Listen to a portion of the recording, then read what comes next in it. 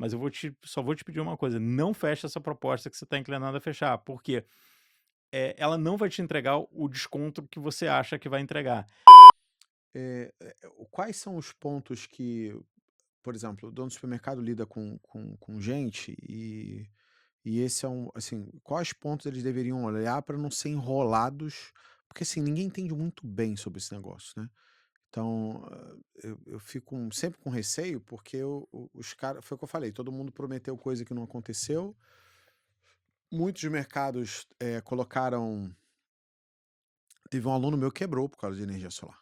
O cara botou o troço, não instalou direito, furou o telhado do cara todo, aí choveu, teve uma perda absurda, porque o telhado dele ficou todo furado, e aí não botaram, quando ligaram a porra queimou um monte de coisa dentro da loja, ele teve que ficar fechado 2 semanas, 1 semana e pouco, quase 2. E aí depois disso ele nunca mais se recuperou e quebrou. Assim, foi uma perda Foi, com foi o gatilho. dinheiro, absurda.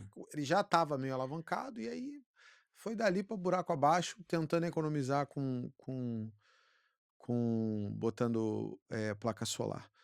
Mas se o cara tem um dinheiro para pagar à vista, já começa a fazer, dependendo, já fazer um pouco mais sentido, porque não financia, esse dinheiro quase dobra lá em 3 4 anos. Então, sei lá, o retorno dele seria mais rápido. Agora, a minha pergunta para você é o que que ele não pode deixar de olhar ou de ter cuidado para ele não ser enrolado, nesse sentido dessa galera aí tentando, vender energia de mercado livre, de não sei o que lá, distribuído, de solução de eficiência. O que que eu acho que ele deveria olhar para não ser enganado, né? Então, Leandro, isso eu acho que eu tenho um caso que é emblemático. Não vou citar o nome do cliente, mas foi um cliente de São Paulo que ele estava querendo migrar para o Mercado É Livre. nosso aluno, nosso E gente ele, boa assim, para demais. mim foi muito emblemático, porque ele parou para estudar realmente o Mercado Livre, ele se dedicou e ele veio conversar com a gente, e falou: "Rafael, eu já fui abordado, eu tenho 6 propostas aqui na mesa, só que eu não confio em ninguém, porque eu não a proposta ela ela traz, conceitos técnicos, regulatórios, e eu diria assim, ela quase que ela é feita para não ser entendida por uma pessoa que não é do setor.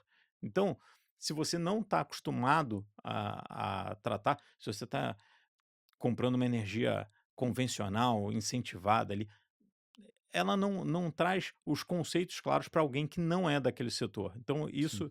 isso para mim é uma coisa que chama muita atenção, e eu sofri com isso no passado.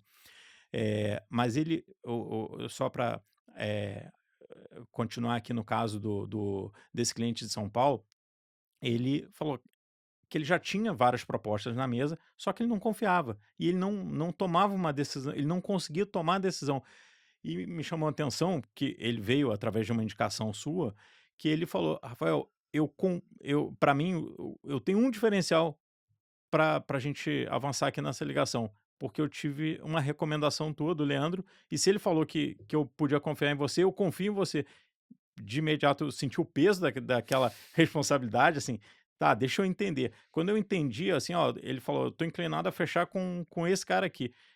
Quando eu vi a proposta, ele estava, eu falei: "Olha, a gente pode ser que a gente não feche nada, mas só vou te pedir uma coisa, não feche essa proposta que você está inclinado a fechar, porque ela não vai te entregar o desconto que você acha que vai entregar, É por porque isso que eu falei, é é um bando de isso, enrolão, uma é isso". merda, cara. E aí, assim, é isso, você tem que, passa por confiança, Mas né. você lembra qual é a cláusula de letra miúda que aconteceu lá que Era exatamente isso, assim, ele fazia o mercado mudou, né, mas vamos lá, a energia incentivada tem um desconto,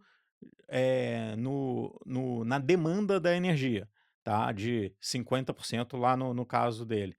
Eh, e ele fazia uma conta prometendo que ia comprar energia incentivada, só que ele no contrato, na proposta ele botava uma coisa, no contrato ele botava outra. Ele botava que ia entregar energia convencional, que é uma energia, que não tem esse desconto da demanda ali naquele caso de 50%. Eu falei: "Cara, essa conta não vai bater". Então, assim, eu só vou te pedir uma coisa, não fecha, você pode, a gente Caraca, que pode, sacanagem. e aí, assim, a gente acabou, e ele Porque foi, assinou o contrato, assinou, né. assinou, você vai estar preso ali 3, 5 anos, né, e aí a obrigação sua era de entender o que que você estava assinando. Então, é complicado, mas eu acho que E pior que isso não adianta nem botar um advogado pra olhar, porque o cara também não vai entender nada, tá vendo? É só uma mudança de termo. é, e assim, como é que você alega que você não tinha conhecimento para assinar aquilo? Não dá, né. Então, assim, Hum. você passa muito por confiança. No caso dele, assim, a gente deu, uma sorte ali, que ele estava no momento certo, né. A energia, ela oscila muito de preço, né, por conta muito aqui, por conta da nossa matriz energética. Hoje é menos dependente da hídrica, mas já foi muito mais.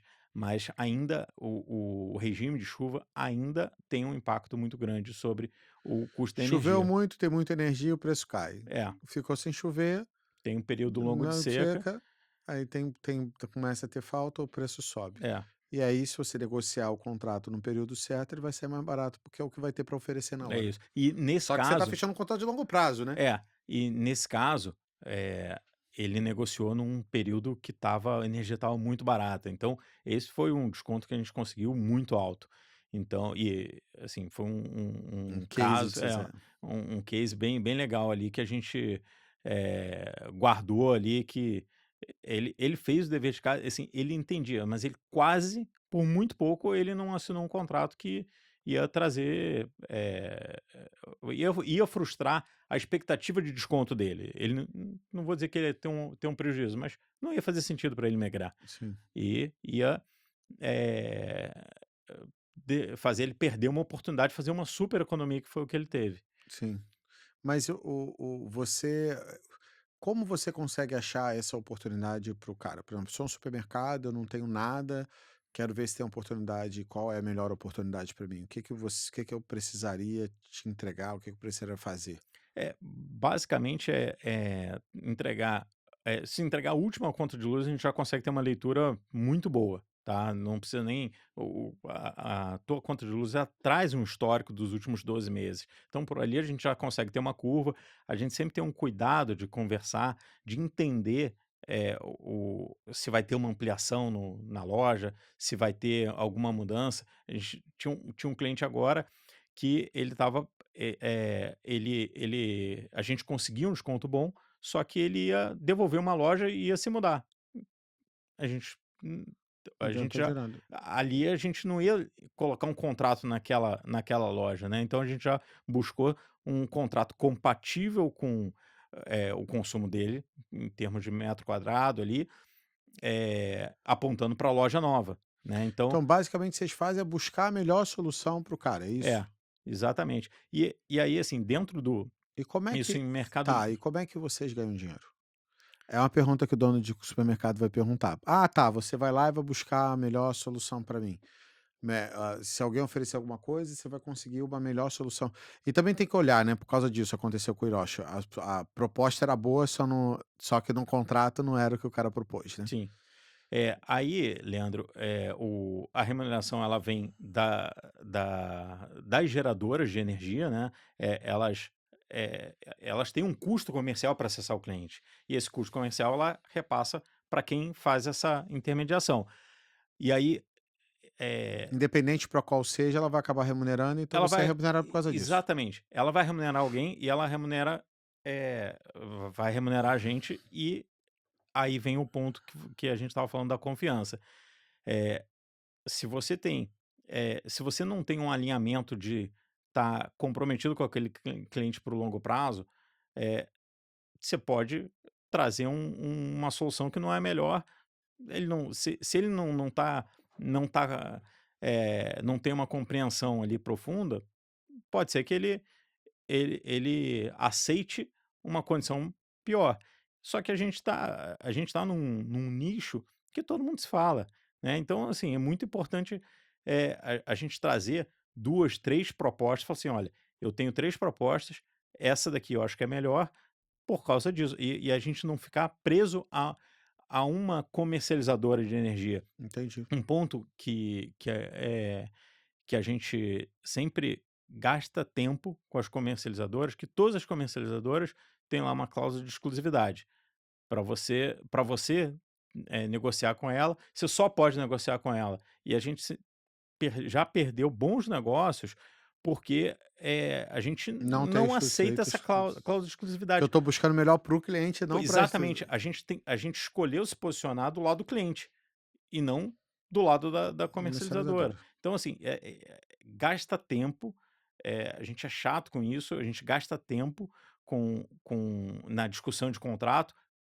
Já deixei de assinar com comercializadora que eu adoraria ter assinado, mas tinha essa cláusula que era muito, muito pesada. E eu simplesmente eu perco a essência do nosso negócio da Aham. gente poder trazer a melhor solução para o cliente, poder comparar propostas.